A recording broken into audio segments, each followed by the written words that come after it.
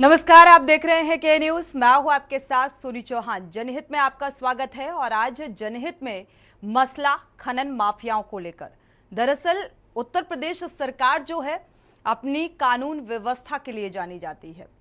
एक बेहतर law and order को लेकर या जीरो टॉलरेंस की नीति को लेकर जिक्र किया जाए, सीएम योगी आदित्यनाथ का नाम जब हर किसी की जुबान पर आता है तो एक और बात निकलकर सामने आती है कि माफियाओं को जमींदोज किया गया। उन्होंने मंचों से इस बात का जिक्र भी किया है। इस बात से इत्तेफाक बखूबी रखते हैं और मानते भी हैं कि माफियाओं पर आपने शिकंजा कसा, लेकिन जीरो टॉलरेंस की नीति पर भी सवाल उठ रहे हैं। माफियाओं पर अगर शिकंजा कसा तो ये खनन माफिया क्यों इतने सक्रिय हो रहे हैं? पहले की भी पूर्ववर्ती सरकारों में भी ऐसा होता था और पूर्ववर्ती सरकारों में सिर्फ रात के अंधेरे में खनन हुआ करता था। और आज जबकि एक बेहतर कानून व्यवस्था का जिक्र होता है, जीरो टॉलरेंस की नीति का जिक्र होता है, लेकिन माफिया अब इतने बेखौफ हो गए हैं कि दिन के उजाले में भी खनन करने से बाज नहीं आ रहे हैं। उत्तर प्रदेश का यह घटनाक्रम फर्रुखाबाद का सामने आ रहा है, जिसको आज जनहित में उठा रहे हैं। और सवाल ये भी कि आखिर कहां है वो बेहतर कानून व्यवस्था। उत्तर प्रदेश में खनन माफियाओं के हौसले बुलंद हैं। जिले दर जिले ऐसी खबरें सामने आ रही हैं और खनन माफिया खुलेआम खनन करते नजर आ रहे हैं और अपने मंसूबों को पूरा करने के लिए किसी की जान लेने से भी नहीं चूक रहे। ताजा मामला फर्रुखाबाद का है। ये महज एक एग्जाम्पल है। जिले में खनन माफियाओं ने सिपाही की ट्रैक्टर से कुचलकर हत्या कर दी। कोई नई बात नहीं। इस मामले में नवाबगंज थाने में आरोपियों के खिलाफ हत्या समेत अवैध खनन को लेकर केस दर्ज किया गया। रविवार रात इन आरोपियों के साथ पुलिस की मुठभेड़ हो गई और इसमें दोनों घायल हुए। पुलिस ने दोनों आरोपियों को गिरफ्तार कर लिया है। सिपाही की मौत के 24 घंटे के अंदर पुलिस ने दोनों आरोपियों को गिरफ्तार करने में कामयाबी हासिल की। जिले के नवाबगंज थाने में तैनात सिपाही रोहित कुमार अपने साथियों के साथ नगला चंदन में हो रहे अवैध खनन को रोकने गया था और इस दौरान खनन माफिया ने सिपाही रोहित पर ट्रैक्टर चढ़ा दिया। हौसले देखिए, बेखौफ अंदाज देखिए कि सिपाही गंभीर रूप से घायल हो गया। इलाज के दौरान उसकी मौत तक हो जाती है। और इस मामले में पुलिस ने अवैध खनन करने वाले प्रदीप यादव और सुमित यादव के खिलाफ हत्या समेत कई धाराओं में केस दर्ज कर लिया। पुलिस दोनों आरोपियों की तलाश कर रही थी। रविवार की रात पुलिस की दोनों आरोपियों से मुठभेड़ भी हुई और जिसमें प्रदीप और सुमित दोनों पुलिस की गोली लगने की वजह से ये घायल हुए और दोनों घायलों को इलाज के लिए स्वास्थ्य केंद्र ले जाया गया। लेकिन सवाल बेहद महत्वपूर्ण, 24 घंटे के अंदर पुलिस ने दोनों आरोपियों को गिरफ्तार तो कर लिया, मुठभेड़ भी की और इस मामले में एसपी ने भी अपना बयान दिया है। बीते दिनों नवाबगंज थाने में जो तैनात सिपाही हैं रोहित कुमार, वो गश्त पर गए हुए थे। उन्हें सूचना लगातार अवैध खनन की मिल रही थी, लेकिन खनन पर शिकंजा कसेगा कैसे? जो जिला अधिकारी हैं, जब उनके हाथ बंधे हुए हैं तो आप समझ सकते हैं कि इस मामले में अब महज मुकदमा दर्ज कर लिया गया है। आरोपियों की तलाश जो है वो शुरू की जाएगी, यानी कि कार्रवाई के नाम पर खाना पूर्ति। और शायद यही वजह है कि खनन माफियाओं पर शिकंजा नहीं कसा जा रहा है। और बेहद महत्वपूर्ण बात ये कि ये तब तक संभव नहीं है क्योंकि सीएम योगी आदित्यनाथ की ईमानदारी पर कोई संदेह नहीं और लगातार आप जीरो टॉलरेंस की नीति का जिक्र करते हैं, लेकिन खनन माफियाओं पर शिकंजा जो है नहीं कसा गया। सुनते हैं जो इसमें प्रतिक्रिया निकलकर सामने आ रही है। 9/6/2024 को सुबह आज 9/6/2024 को सुबह लगभग 3 बजे पुलिस थाना नवाबगंज की जो रात्रि गश्त की टीम थी वो अपने गश्त पर थी और तभी सूचना मिलती है कि कहीं कुछ अवैध कार्य हो रहा है। उसमें टीम वहाँ पहुँचती है और ट्रैक्टर को रोकने के प्रयास में ट्रैक्टर से एक्सीडेंट होता है, जिसमें हमारा एक कर्मी घायल हो जाता है और उसे हम लोग हॉस्पिटल लेके जाते हैं। और हॉस्पिटल में जाने के बाद लगभग 6:30-7 बजे सुबह में उसको मृत घोषित किया जाता है।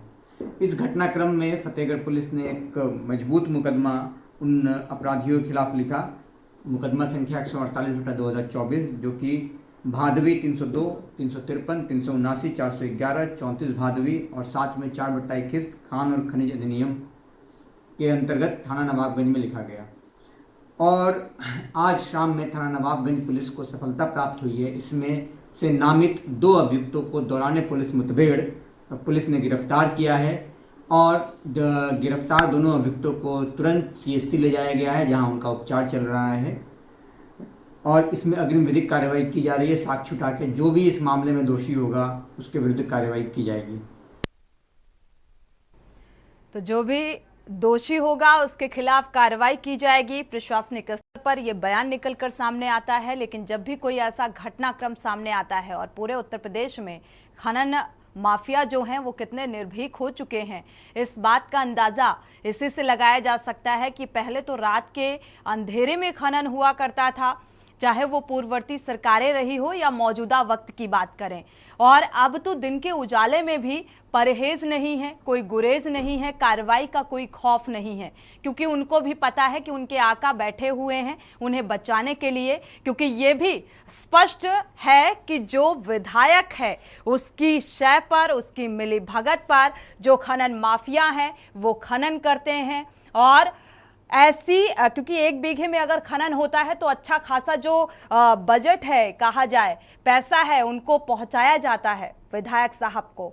और मजाल है कि जिले के जो जिला अधिकारी हैं वो कोई कार्रवाई कर दें इस मामले में, और शायद यही वजह है कि खनन माफिया जो हैं इन पर अंकुश लगने की बजाय या लगाए जाने की बजाय ये सक्रिय होते जा रहे हैं और लगातार जो खनन है वो बढ़ता जा रहा है और दिन के उजाले में अब तो हो रहा है।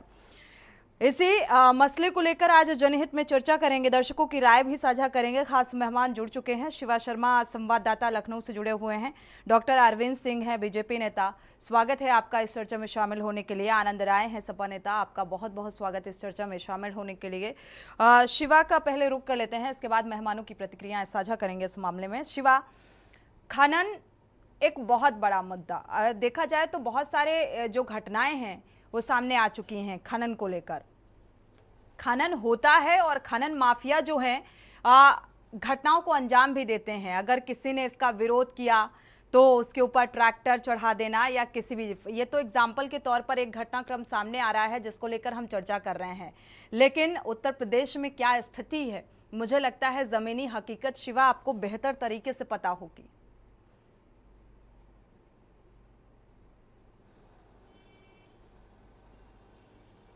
देखिए सोनी, लगभग यही कयास लगाया जाता है कि जब खनन होता है पुलिस विभाग की टीमें जाती हैं तो वहाँ पर गाड़ियाँ पकड़ ली जाती हैं और लोग जो है वो छोड़ दिए जाते हैं। लेकिन इस केस में क्या हुआ है कि जब पुलिस कार्रवाई करने के लिए पहुँचती है नवाबगंज थाना क्षेत्र के उस गांव में खनन माफियाओं के खिलाफ, तो खनन माफिया इतना ज़्यादा बेरुख हो जाते हैं कि वो एक सिपाही को मार देते हैं। बहुत ज़्यादा सोनी उम्र नहीं उस सिपाही की, 22 से 24 साल के बीच की उसकी उम्र है और तकरीबन 2021 में उसकी भर्ती हुई थी। 3 साल का वक्त भी उत्तर प्रदेश पुलिस में पूरा नहीं कर सका था और रोहित की मौत हो गई उन लोगों के हाथों जो लोग खनन कर रहे थे। देखिए, खनन पर कार्रवाई करने के लिए और उस पर सख्त कार्रवाई करने के लिए एक कानून जरूर लाना पड़ेगा। जिस तरीके पेपर लीक करने वाले जो माफिया हैं उनके खिलाफ सीएम योगी ने कहा कि हम नया कानून बनाएंगे और उनके खिलाफ सख्त से सख्त कार्रवाई करेंगे, तो ऐसे खनन माफिया भी होते हैं जो न सिर्फ राजस्व को नुकसान पहुंचाते हैं बल्कि उसके आड़े आने वाले कोई भी व्यक्ति, चाहे वो जिला प्रशासन का आदमी हो या फिर पुलिस का व्यक्ति हो, अगर वो भी आता है तो उसको भी मौत के घाट उतारने से नहीं चूकते हैं। तो फर्रुखाबाद के अंदर ही नहीं, उत्तर प्रदेश के तमाम अलग अलग जिलों के अंदर आप देख लीजिए कि अगर पुलिस टीम जाती है कार्रवाई करने के लिए तो बेरहमी से उनकी हत्या कर दी जाती है या तो उन्हें बहुत अधमरा कर दिया जाता है, चोट पहुंचाई जाती है और असलहों से लैस होकर के ये सब करते हैं। तो कहीं ना कहीं संरक्षण जरूर सोनी उन लोगों को मिलता है, चाहे वो पुलिस प्रशासन का हो, जिला अधिकारी का हो, जिला प्रशासन का हो या फिर किसी राजनेता का हो। देखिए, खनन यूं ही आप किसी तरीके नहीं कर सकते, गाड़ियां ले जानी होती, रूट पे मैन पावर की ज़्यादा आवश्यकता होती है। तो खनन करके अगर आप मिट्टी या बालू कहीं ले भी जा रहे हैं तो उसमें बहुत भारी तादाद में समय भी लगता है, मैन पावर भी लगती है और मशीनरी भी लगती है। तो कहीं ना कहीं एक सेटिंग होती है और उस सेटिंग के तहत ये पूरा काम होता है। लेकिन बात वहीं घूम करके आ जाती है कि जब पुलिस कार्रवाई करने के लिए पहुंचती है तो पुलिस आखिरकार जब वो सीज करने की कार्रवाई होती है, जो पकड़ने की कार्रवाई होती है, अगर उसमें इस तरीके का दृश्य देखने को मिलेगा मिलेगा। तो कहीं ना कहीं अब सरकार को चेतना चाहिए कि ऐसे माफियाओं के खिलाफ जो बिल्कुल। पुलिस वालों की हत्या करने से सरकार को चेतना चाहिए और कब चेतेगी सरकार, ये अहम सवाल है, क्योंकि ये जरूर है कि जब ऐसी घटना सामने आती है तो सरकार की उन तमाम मंशाओं पर भी सवाल उठाती हैं कि आखिर कैसे जीरो टॉलरेंस की नीति पर काम हो रहा है, कैसे आपकी जो कानून व्यवस्था है वो सुदृढ़ है, जिसका आप डंके की चोट पर दावा करते हैं कि कानून व्यवस्था जो है इसका बाहरी जो देश हैं वो भी इस बात का जिक्र करते हैं, फॉलो करते हैं कि भाई उत्तर प्रदेश की जो कानून व्यवस्था है वो बेहतर है। तो किस लिहाज से बेहतर है, और बेहतर है तो फिर खनन माफिया इतने सक्रिय क्यों? क्योंकि बुलडोजर बाबा का नाम प्रसिद्ध हुआ, माफियाओं पर शिकंजा कसा गया, और इस बात से इत्तेफाक भी रखते हैं कि कसा भी गया वो नामचीन माफिया जिनको जमींदोज कर दिया गया। लेकिन ये खनन माफिया जो हर रोज पनप रहे हैं, बढ़ रहे हैं, इनको संरक्षण देने वाले जो आका हैं, जिनकी मिलीभगत से ये सब चल रहा है, तो उन आकाओं पर उनका मुंह कब बंद किया जाएगा? क्योंकि वो लगातार, उनको बाकायदा इसका पैसा पहुंचता है और प्रशासनिक स्तर पर कार्रवाई नहीं होती, तो सवाल कानून व्यवस्था को लेकर भी खड़े हो जाते हैं।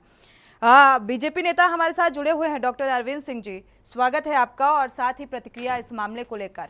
सवाल बेहद महत्वपूर्ण कि खनन माफिया इतने निर्भीक, इतने निडर क्यों?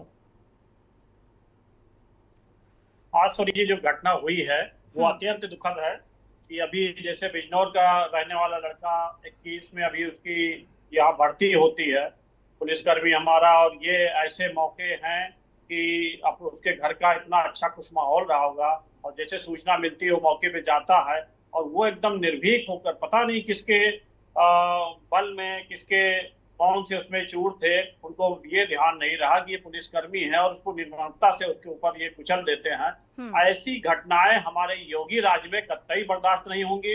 ये कहने की बात नहीं, आप खुद ही जानती हैं अनेक समाचार पत्रों के माध्यम से, चैनलों के माध्यम से, कि उत्तर प्रदेश सवाल तो हम भी सीएम योगी आदित्यनाथ की ईमानदारी को लेकर नहीं उठा रहे हैं, ना उनकी सोच को लेकर उठा रहे हैं, लेकिन ये अंदर खाने आपको भी पता होगा कि जहां पर जो खनन माफिया हैं अगर इतनी निडरता के साथ कार्य कर रहे हैं तो संरक्षण उन्हें देने वाला कौन है, बखूबी समझ रहे हो। उस चीज को देखा जाएगा और तलाशा जाएगा, और जहां कहीं भी दिक्कतें अगर ऐसी आ रही है उसको तलाश करके जो उनका आका होगा उसको योगी सरकार जरूर दंडित करेगी। और उसके बाद एक ऐसा फिर से जैसे अन्य पूर्व समय में आपने देख ही लिया है कि एक बार जो ऐसी घटनाएं होती है दोबारा नहीं होनी चाहिए, और ऐसा ही योगी सरकार कुछ नियम और कानून बनाने वाली है। चाहे वो अभी आपने कुछ देर पहले बताया, चाहे ये पीपल लीग का मामला हो, योगी सरकार ने कह ही दिया है कुछ दिन बाद हम ऐसा करने वाले हैं कि दोबारा ऐसी घटनाएं न सुनाई पड़े। या ऐसे सेम इसी प्रकार से इन घटनाओं को जो सामने आई है, इतनी निर्ममता से जो हत्या हुई है वो भी पुलिसकर्मी की हुई है, ये बर्दाश्त से बाहर है। और ये योगी सरकार, आप लोगों के पूरा चैनल के माध्यम से कहना चाहता हूं कि निर्भीक होकर ही हमारे देश में, हमारे प्रदेश में जो भी व्यक्ति हैं वो निर्भीक होकर रह रहे हैं और आगे भी रहेंगे। छुटपुट जो समस्याएं जो आ रही हैं, जो कुछ ऐसे बंदे अराजक तत्व हैं, उनको जरूर सबक सिखाया जाएगा कानून के माध्यम से। आनंद राय जी समाजवादी पार्टी से जुड़े हुए हैं। आनंद राय जी, ये खनन माफिया इतने जो निडर हो चुके हैं अब, जो कि ऐसा नहीं है कि खनन माफिया पहले सक्रिय नहीं थे, पहले भी थे, लेकिन सिर्फ रात के अंधेरे में इनकी सक्रियता जो है नजर आती थी, लेकिन अब बेखौफ हो चुके हैं दिन के उजाले में, क्योंकि इनको पता है कि बचाने वाले बैठे हुए हैं और हम आसानी से खनन कर सकते हैं। क्या कहेंगे? जी मैं यही कहना चाहता हूँ कि जो भी अपराधी हैं वो भययुक्त हो चुके हैं, भय मुक्त नहीं है इस प्रदेश से। जैसे योगी आदित्यनाथ बड़ी बड़ी बात तो मंचों से करते हैं कि जीरो टॉलरेंस में हमारी पार्टी काम कर रही है, लेकिन मैं आपसे स्पष्ट कर देना चाहता हूँ कि जो भी अपराधी हैं, चाहे वो खनन में हो, चाहे रोड पे चल रहे हो, ये अपनी गुंडई से बाज नहीं आ रहे हैं। इन पे इनका कोई संरक्षण नहीं है। और मैं कह रहा हूं कि अगर अधिकारी इनसे मिले हुए हैं, अधिकारी के सह पे मैं खुली चुनौती से कहना चाहता हूं कि अधिकारी के सह पे ये गुंडे बदतमीजी कर रहे हैं। और यहाँ तक बताइए, पुलिस विभाग के नौजवान सिपाही जो कि 22-24 साल का था नौजवान, उसको मौत के घाट उतारने का काम किया। अब आप इसके खिलाफ कौन सी कार्रवाई करने जा रहे हैं? आप इसके खिलाफ कौन सी धारा का वो जाति देखकर यहाँ पे कार्रवाई होती है? अगर कोई ठाकुर है तो उस पे उनको अपराधी नहीं माना जाता है। अगर कोई यादव है या मुसलमान है तो उसको समाजवादी पार्टी को मद्देनजर रखते हुए उसको अपराधी घोषित किया जाता है, उसके ऊपर बुलडोजर चलाया जाता है। मैं आपसे कहना चाहता हूं कि माननीय योगी आदित्यनाथ जी ये झूठी और मक्कारी वाली बातें करते हैं। आनंद राय जी, क्या जाति के आधार पर जो क्राइम है वो निर्धारित किया जाएगा, इस आधार पर कार्रवाई की जाएगी? जी, ये जातिवाद पे नहीं, अपराधी अपराधी होता है। अपराधी तो किसी भी जाति का हो सकता है, किसी भी जाति वर्ग विशेष का हो सकता है। अपराध तो अपराध होता है। हो सकता है। मैं भी यही कहना चाहता हूँ, अपराधी अपराधी होता है, लेकिन ये जाति देखकर कार्रवाई करते में उस पर मैं सवाल उठा रहा हूँ। क्या नहीं, क्या फुटेज नहीं है कि लोग वहाँ दर्शक नहीं है? जो लोगों ने देखा वो अपराधी, क्या वो यादव है तो क्या कोई वहाँ गलत भी बना देगा? आपका कहना ये तो कोई उचित उदाहरण नहीं है जो आप बोल रहे हो, उचित बात नहीं है। तो कार्रवाई करिए ना। मैं कह रहा हूँ यादव है वो व्यक्ति नहीं, वो क्या निष्पक्ष कार्रवाई है इसने किया है घटना। चलिए, फिलहाल आनंद राय जी, ये टिप्पणी सही नहीं थी कि जाति विशेष के आधार पर अपराध तय होंगे और कार्रवाई होगी, क्योंकि अपराधी जो है किसी भी जाति वर्ग विशेष का हो सकता है, उसमें कोई जाति मैटर नहीं करती है। शिवा शर्मा का रुख करेंगे। शिवा शर्मा, खनन माफियाओं पर शिकंजा ना कसना, ये सवाल बार बार उठता है, और ये सवाल इसलिए भी महत्वपूर्ण हो जाता है क्योंकि ये कहा जाता है कि भाई जो आला अधिकारी हैं वो कार्रवाई नहीं कर रहे हैं। लेकिन ये आला अधिकारी कार्रवाई क्यों नहीं कर पा रहे हैं? क्या इस बात से उत्तर प्रदेश जो सरकार है वो इत्तेफाक रखती है?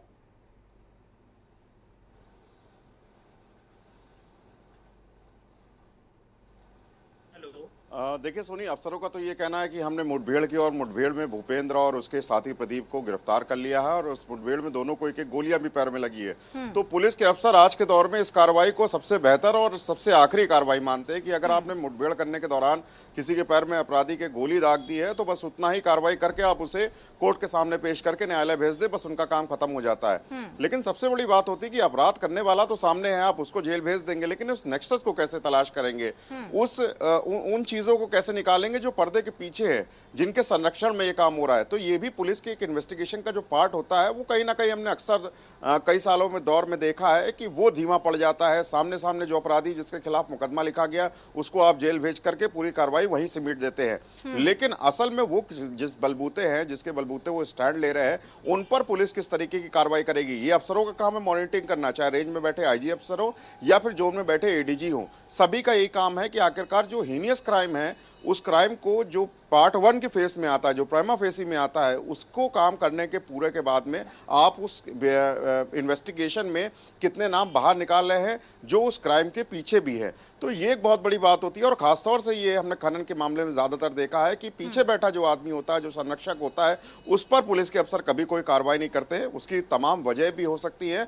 उस पर बहुत ज़्यादा डिस्कशन नहीं करेंगे। लेकिन ये ज़रूर देखा गया है कि जो सामने जो प्यादा होता है पुलिस उसको गिरफ्तार करके जेल भेज देती है, और लेकिन जो आका होता है फिर वो अपने प्यादे को नए तरीके से खड़ा करता है और फिर से वही काम कराता है। तो खनन के एक नेक्सस को तोड़ने के लिए एक बड़े अफसर को जिम्मेदारी लेनी पड़ेगी, और इस तरह की जो विवेचनाएं होती हैं, जो जांच होती है, वो अच्छी तरीके से मॉनिटरिंग लेवल पर आनी पड़ेगी। और जो बैकडोर पे जो लोग खड़े हुए स्टैंड ले रहे हैं और खनन करवाते हैं, मोटी रकम कमाते हैं और सबको हिस्सा भी देते हैं, तो उस नेक्सस को अगर तोड़ेंगे तो सरकार में एक मैसेज बहुत अच्छा जाएगा, लोगों में बहुत अच्छा मैसेज जाएगा। तो सरकार को इनिशिएटिव लेने की जरूरत तो है ही है, लेकिन उसके साथ साथ पुलिस के अधिकारियों को भी स्टैंड लेना पड़ेगा कि ऐसे बड़े नेक्सस को तोड़ने के लिए वो कौन सी रणनीति चुने, ताकि मैसेज जो है वो बहुत क्लियर हो सके अपराधियों में।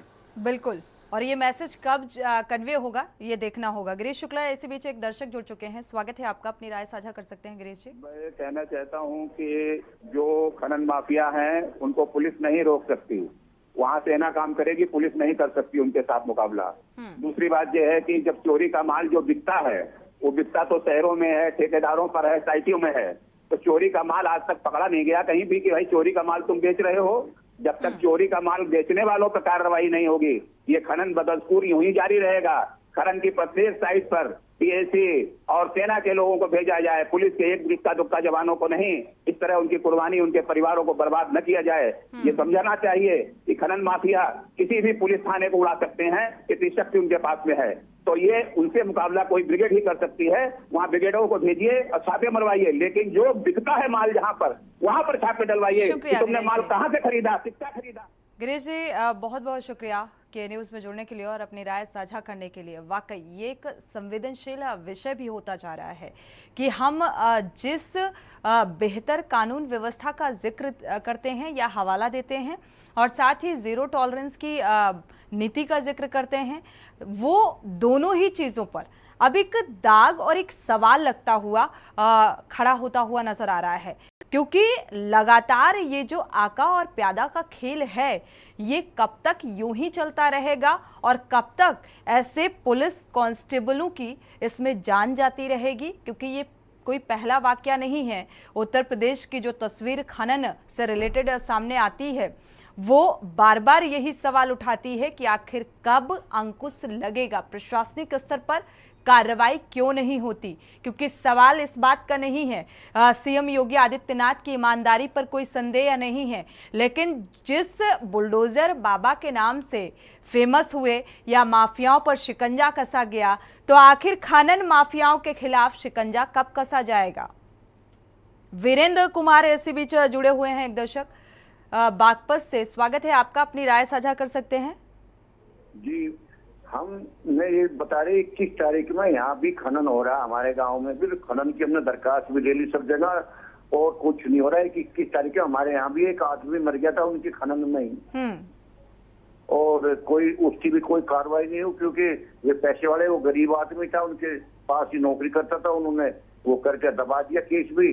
और वैसे आदमी तो डरते ही हैं, रेत के ऐसे ऐसे गड्ढे कर दें, प्रदूषण का भी, सड़क का भी, सब चीज प्रशासनिक स्तर पर वीरेंद्र जी कोई कार्रवाई नहीं हुई जी। वे इतने बड़े गुंडे हैं जी, गांव वाले भी डरते हैं और प्रशासन कुछ करता नहीं। शुक्रिया जुड़ने के लिए और ये राय साझा करने के लिए। डॉक्टर अरविंद सिंह जी, भाई कानून व्यवस्था की ये तस्वीर सामने आ रही है जहां पर क्राइम होता है, खनन माफिया किसी की जान ले लेते हैं और कार्रवाई नहीं होती। बागपत से ये दर्शक जुड़े हुए हैं। इसी बीच प्रकाश जी जुड़े, चंद्र प्रकाश जी जुड़े हुए हैं कुरुक्षेत्र से। स्वागत है आपका, अपनी राय साझा कर सकते हैं चंद्र प्रकाश जी। मैं ये कहना चाहता हूँ कि खनन माफियाओं के ऊपर लगाम लगाने वाली मात्र शक्ति एक ही थी यूपी में, वो शेर की बच्ची। उस शेर की बच्ची ने कमाल कर दिया था, जिसका नाम था दुर्गा शक्ति नागपाल। दुर्गा शक्ति नागपाल ने अखिलेश यादव को नाको चने चबवा दिए। अखिलेश यादव ने उनको सस्पेंड किया, उन पर सारी कार्रवाई की। अंत में क्या हुआ, मुलायम सिंह यादव ने घुटने टेके और उन्होंने कहा कि आप जो है ना इनके ऊपर कार्रवाई छोड़िए। बुक्कल नवाब, मेरे को सभी आदमियों का नाम याद है। बुक्कल नवाब ने भी बहुत इनका विरोध किया था, दुर्गा शक्ति नागपाल का, परंतु उन्होंने एक ही रट लगाई कि मैं जो है खनन माफियाओं को खत्म करके रहूंगी। आजकल शायद बांदा में है वो महिला शक्ति। चंद्र प्रकाश जी, अब ऐसे अधिकारी, क्या कहा जाए, जो आपकी प्रतिक्रिया सामने आ रही है, तो अब ऐसे अधिकारी नहीं है जो खनन माफियाओं पर शिकंजा कस सके या सीधी लड़ाई लड़ सके। नहीं, आप बिल्कुल वजह फरमा रही हैं, परंतु मैं ये कहना चाहता हूँ कि इस समय शक्ति के रूप में अगर कोई नजर आ रहे हैं तो मुझे जो है ना उत्तर प्रदेश के मुख्यमंत्री नजर आ रहे हैं। वो सख्त कार्रवाई करने में माहिर है और दुनिया जानती है। विदेशों तक उनका डंका बज गया। लोग भी जो है ना वो उनके जो एक निशान पर्टिकुलर उनको दे, लेकिन बावजूद इसके जो खनन माफिया हैं वो तेजी से बढ़ रहे हैं, सक्रिय हैं और इस तरीके की घटनाओं को अंजाम दे रहे हैं, जिसको लेकर के न्यूज़ चर्चा कर रहा है। शुक्रिया जुड़ने के लिए और राय साझा करने के लिए। लेकिन सीएम योगी आदित्यनाथ जो हैं वो हर जगह नहीं पहुंच सकते, ना खनन माफियाओं पर शिकंजा कस सकते हैं। उन्होंने इसकी जिम्मेदारी प्रशासनिक जो अमला है उसकी है, और साथ ही देखा जाए तो वो तमाम जिम्मेदार नेता भी हैं। शिवा शर्मा हमारे साथ जुड़े हुए हैं, आनंद राय सपा नेता जुड़े हुए हैं। आनंद राय का रुख करेंगे, शिवा का रुख कर लेते हैं। शिवा, क्योंकि अभी एक दर्शक जुड़े हुए थे, उनका आपने प्रतिक्रिया आपने सुनी होगी कि दुर्गा शक्ति नागपाल का जिक्र कर डाला उन्होंने, कि उनका जो एक था कि हाँ ठीक है, खनन माफियाओं पर शिकंजा कसना ही एक लक्ष्य था और उस पर खरा उतरने की कोशिश भी की गई। क्या अब ऐसा नहीं है, जबकि कहा जाता है कि भाई बहुत बेहतर कानून व्यवस्था है?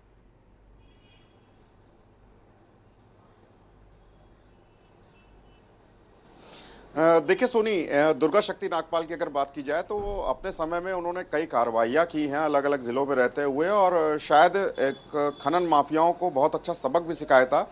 लेकिन सीख होती है ऐसे अफसरों से, तमाम जो अफसर हैं वो सीख लें और इस तरीके का काम करें, यह हमेशा से एक पैशन रहता है। लेकिन अब मैंने देखा है कि जो मुख्य धारा में बने रहने के लिए अफसर होते हैं वो हमेशा टास्क को पूरा करने के चक्कर में रहते हैं। कोई नया टास्क वो नहीं लेना चाहते हैं, वो किसी तरीके का लोहा नहीं लेना चाहते कि अगर वो एक कार्रवाई करे ताकि नजीर बन जाए, ना सिर्फ उस जिले के प्रशासनिक अफसरों के लिए बल्कि पूरे प्रदेश के लिए। तो ऐसा काम करने के लिए लगभग हमने देखा है कि बहुत सारे लोग होते तो हैं, लेकिन लोग कतराते हैं काम नए करने से। कोई नई चीज़ वो टास्क पूरा करने के लिए उनके ऊपर वो दबाव रहता है। तमाम लोग बोलते हैं कि कहीं पॉलिटिकल दबाव है, तमाम लोग बोलते हैं कि प्रशासनिक दबाव है।